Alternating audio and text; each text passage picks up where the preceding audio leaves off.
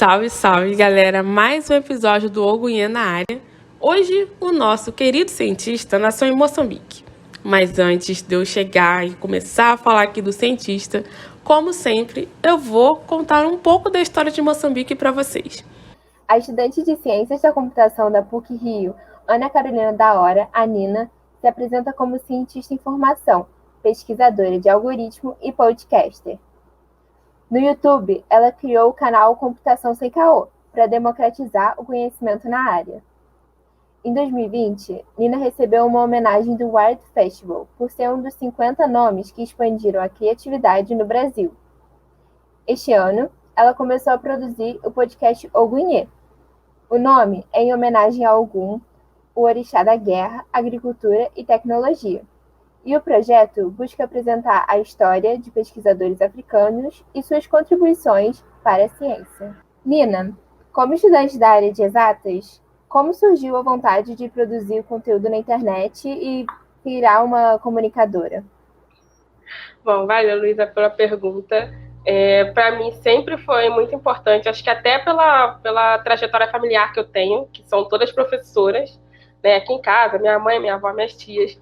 Eu sempre tive uma preocupação se a galera estava entendendo o que eu estava falando, o que eu estava conversando. Então, quando eu comecei e pensei em seguir a carreira da ciência da computação, automaticamente eu fui tentando me adaptar a diferentes pessoas que eu pudesse conversar e que elas conseguissem entender o que eu estava falando, né? O ensinar também passa por você tornar a linguagem mais acessível para as pessoas. Então, eu sempre tive essa preocupação de que a mensagem, o que eu estava explicando, o que eu queria explicar, estava sendo bem entendido pela outra pessoa. Então, foi assim que acabou surgindo todos os projetos que eu sou envolvida hoje por conta disso, como é que eu posso explicar? Se você virar para mim e falar que você não entendeu alguma coisa que eu esteja falando, que esteja relacionada à área da computação, eu não vou te culpar por isso. Eu vou automaticamente repensar a forma que eu estou falando, para ver se eu vou conseguir fazer com que você entenda. Então, para mim, é uma preocupação muito grande para a sociedade que a gente está vivendo, cada vez mais tecnológica, que as pessoas elas consigam compreender a linguagem. Não precisamos todos virar cientistas da computação, ou ser todos da área de exatas, eu ia amar, só que a gente precisa compreender as diferentes linguagens da ciência. E agora a sua criação de conteúdo é também no formato de áudio. Como foi esse processo de criação e por que um podcast? Show. Então, o podcast foi a forma mais fácil e mais barata que eu encontrei também, porque, né, com certeza vocês sabem que a gente fazer gravação em vídeo e, ao mesmo tempo, obter um reconhecimento com isso é difícil se você não tiver um bom planejamento e boa produção, e isso passa por ter grana para comprar equipamentos e tudo mais.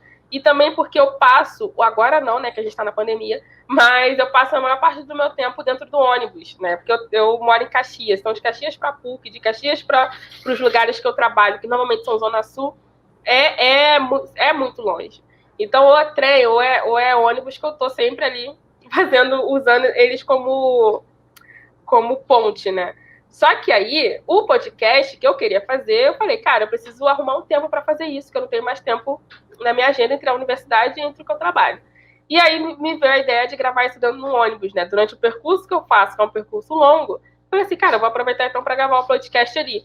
Então, os primeiros episódios do podcast foram todos em ônibus. Dá para ouvir buzina, dá para ouvir as pessoas falando em volta. E para mim foi uma experiência até bem interessante, porque me ajudou muito na concentração. Porque por mais que eu tivesse ali rodeada de pessoas dentro do ônibus, eu tinha que me concentrar no que eu estava querendo compartilhar com as pessoas a ideia do podcast. Então, primeiro veio por isso, por ser mais barato e mais acessível de gravação, né, de gravar, e também as técnicas que eu fui pegando dicas com a galera do audiovisual, de como que eu... Meu cachorro, galera, desculpa, vou repetir. As técnicas que eu fui pegando com a galera do audiovisual, de posicionamento de microfone, de não deixar ele bater muito perto dos cordões, que eu gosto de usar. Enfim, eu fui pegando essas técnicas para poder ir gravando o podcast da melhor forma. Mas hoje, eu consegui até... Ganhei de presente em um dos trabalhos que eu fiz, que foi bem legal, a galera do audiovisual, em um dos projetos que eu participei remoto. me mandaram um microfone, né, que é de lapela, mas que a entrada é a entrada igualzinha de usar no celular. Então, isso, eu já tinha um microfone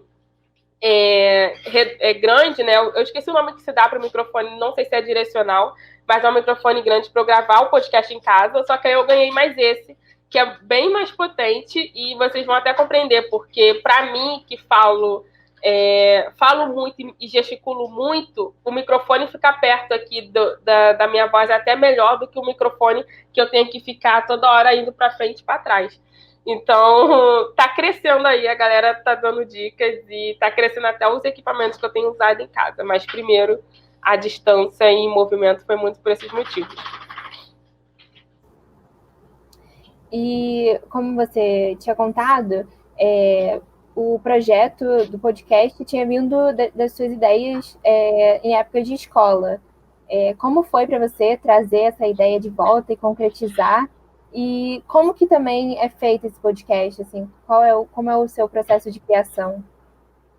Perfeito. Tem um livro que se chama... Ai, meu Deus.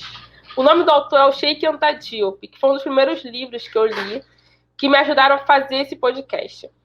Só para a galera se situar assim, do ensino médio, que eu terminei foi, sei lá, em 2012, 2013, por aí, foi 2012, acho. E no meu ensino médio, eu tinha eu me sentia muito angustiada pelos professores não citar cientistas negros, né, nas referências, sejam referências na filosofia, sejam referências na química. E aí eu comecei a pesquisar e comecei a fazer isso um diário.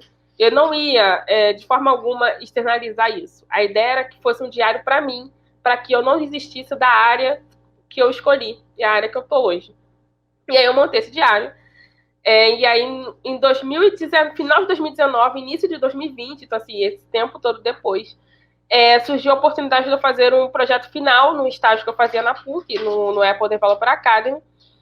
E o projeto final tinha que ser um projeto que tivesse muito a ver com a gente e que a gente não fosse desistir dele facilmente. E aí eu escolhi retratar esses cientistas, né? É um projeto que eu ainda estou construindo plataforma, tanto que foi por isso que eu apresentei com o projeto final e continuei construindo ele.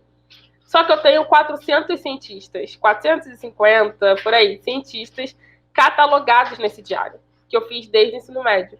Então, eu falei, cara, eu não posso deixar isso guardado comigo e não vai ter como eu colocar todos na plataforma que eu estou fazendo. Então, eu vou ter que organizar de uma outra forma, e aí juntou, né, eu gosto de falar, acho que vocês estão percebendo isso, mas juntou essa vontade de compartilhar, e eu fui lá e fiz o podcast em fevereiro desse ano. E aí o que me deixou muito feliz é que a galera gosta muito da ideia, né? Tem muitos professores de escolas pedindo para usar os episódios em sala de aula, tem muitos professores de universidade querendo escrever sobre o episódio, os estudantes querendo entrevistar para TCC. E aí eu fui ver a quantidade de pessoas que estão ouvindo, e assim, é muita gente que está ouvindo o podcast no Spotify. Entrei na plataforma Orelo agora, que é uma plataforma que remunera podcasters e criadores de conteúdo. Então, realmente, eu não esperava que fosse crescer tão rápido assim, que eu lancei em fevereiro desse ano. E o processo que eu escolhi especificamente para o podcast, o que eu não queria que fosse um podcast de 1 hora. Então, eu tive que repensar. E aí, eu fui buscar ajuda, sim. Fiz workshops sobre isso. Fui buscar ajuda da galera de roteiro, principalmente. Fui conversar com a galera de roteiro. Fui conversar com criadores de conteúdo que estão aí na internet há muito mais tempo que eu. E, poxa, foi muito legal conversar com eles. Peguei várias dicas. E aí, eu comecei a encaixar no formato que eu queria do meu podcast. Um formato que não fosse tão longo, e que eu conseguisse falar da história do cientista e também do lugar de onde ele veio. Então, como que eu estruturo o meu roteiro? Eu separo, deixo um tempo ali inicial, que é o tempo que eu vou contextualizar as pessoas, vou fazer alguma brincadeira, provavelmente, vou iniciar ali o podcast. E depois há um tempo para eu falar do lugar que o cientista nasceu. Né? Se ele nasceu na Etiópia, eu vou falar um pouco da cultura da Etiópia, da economia da Etiópia e principalmente dos idiomas que a Etiópia fala. Porque nessa minha pesquisa e desse longo tempo aí de vendo sobre a história dos cientistas, uma das coisas que eu percebo é que os idiomas dos países africanos ajudam até a gente entender sobre sua colonização, se teve colonização ou não. Então, a própria Etiópia que eu citei aqui é um dos poucos países que não teve colonização na sua totalidade. O país não foi colonizado pelos europeus como os outros países, como a África do Sul, por exemplo. Então, você vai olhar os idiomas da Etiópia, são idiomas do próprio país, não são idiomas que vieram de outros lugares. Até mesmo as religiões, dá para você perceber isso. Então, é interessante falar sobre isso no podcast logo no início, para situar as pessoas do lugar que eu estou falando. E aí eu entro e falo do cientista, e separaria uns 5 minutos para falar somente do cientista, dos seus feitos, das suas realizações e da área que ele atua. Então, é meio que assim que eu estruturo. Os episódios nunca passam de 10 minutos, sempre tem até 10 minutos ou menos que isso. Tem episódios que ainda são bem mais rápidos, mas são super objetivos. E o interessante é que tem cientistas que são citados e que ainda estão vivos, que eles escutaram os episódios e agradeceram. Então, a Rediet Abebe, da Etiópia, agradeceu, porque eu sigo ela no Twitter. A cientista de Zimbábue agradeceu também, que ela é biomédica. Então, ela mandou uma mensagem. Ela falou assim, poxa, que incrível, muito obrigada por ter compartilhado a história no seu país, né, na língua portuguesa, porque a gente tem muito material do continente africano, mas só que em inglês. Então, é basicamente assim que eu estou estruturando e é esse momento que eu estou vivendo. Entre tudo que eu estou fazendo, o podcast acaba sendo um respiro, é um lugar que quando eu paro para gravar, quando eu paro para estruturar roteiro, eu me divirto muito mais. Nem parece que é um trabalho, parece que é mais sabe, é isso, né? Aquela frase, recebendo para fazer, não é para trabalhar, mas é para fazer coisas assim que você já gosta e que está no seu dia a dia. Então, para mim, é isso que é o podcast, é esse respiro de toda a loucura de trabalhos mais complexos que eu tenho que fazer. E falando um pouco sobre a temática que a sociedade tem levantado muito hoje em dia, que é a temática antirracista, qual é a importância de conhecer mais a cultura afro e os cientistas africanos? Tá, ótimo. Eu acho que de um ponto, primeiro falando assim para as pessoas negras, é importante a gente conhecer esse lugar, reconhecer essa história, resgatar essa história, até para a gente entender, né, e entender um outro lado da história que não nos é contada durante a nossa vida. Né? A gente é muito acostumado com o olhar e com a história da escravidão, mas a história do movimento negro não foi só a escravidão. A história, né, das pessoas negras não é só relacionada à escravidão. Então é muito importante a gente resgatar esse lugar para a gente se sentir mais potente no mundo que a gente vive. Então, falando assim especificamente das pessoas negras, eu acho que é um referencial muito importante para a gente conseguir entender que a gente pode estar na matemática, a gente pode estar na física, a gente pode estar na filosofia, enfim, a gente pode estar em várias áreas que às vezes a gente acha que nós não podemos estar porque nós não conhecemos uma referência. E, para mim, eu acredito que a origem da civilização se deu pelo continente africano, então acredito que essa seja um bom... o momento que está vivendo agora é um bom momento de resgatar isso e conseguir fortalecer as pessoas com esse pensamento. Agora, de uma forma geral, eu acredito que seja importante não só a história da África, mas a história das pessoas brancas em relação a isso, a história da branquitude, na verdade, que é diferente da história da Europa que a gente estuda. O que eu falo de branquitude é quando, de uma forma geral, a gente consegue entender, peraí, cara, as estratégias, tudo o que aconteceu, como os ancestrais fizeram isso e como que a gente pode fazer diferente agora. Então, é desse ponto de vista que eu vejo o que as pessoas brancas conseguirem visualizar que foi ruim por parte da ancestralidade deles nessa história, o que pode ser feito agora é diferente. Isso casa muito com o momento que a gente está vivendo agora da luta antirracista. No mais, é importante para todos sempre a gente reconhecer e conhecer a cultura que é diferente da cultura ocidental que a gente está acostumada, e é uma cultura que, sim, originou muitas das coisas que a gente usa hoje no mundo. Então, a gente precisa resgatar esses ensinamentos e sempre muito com respeito, não é resgatar esses ensinamentos jogando na cara um do outro que é isso, deixa daqui, ou enfim, como que deveria ser, mas como que a gente pode fazer diferente daqui para frente. Eu acredito que a gente precise muito dessa união, porque está cada vez mais difícil lidar com toda a violência e com todas as questões bem problemáticas e complexas, e o tanto ruins que a gente está tendo que lidar na sociedade. Então, se cada vez mais a gente conseguir abrir um pouquinho desse baú e conseguir refletir juntos, eu acho que a gente consegue caminhar, de fato, para uma luta antirracista mais enfática. E agora, falando um pouquinho mais sobre a sua formação, depois da PUC ou depois dessa graduação, qual área de pesquisa você pretende se dedicar?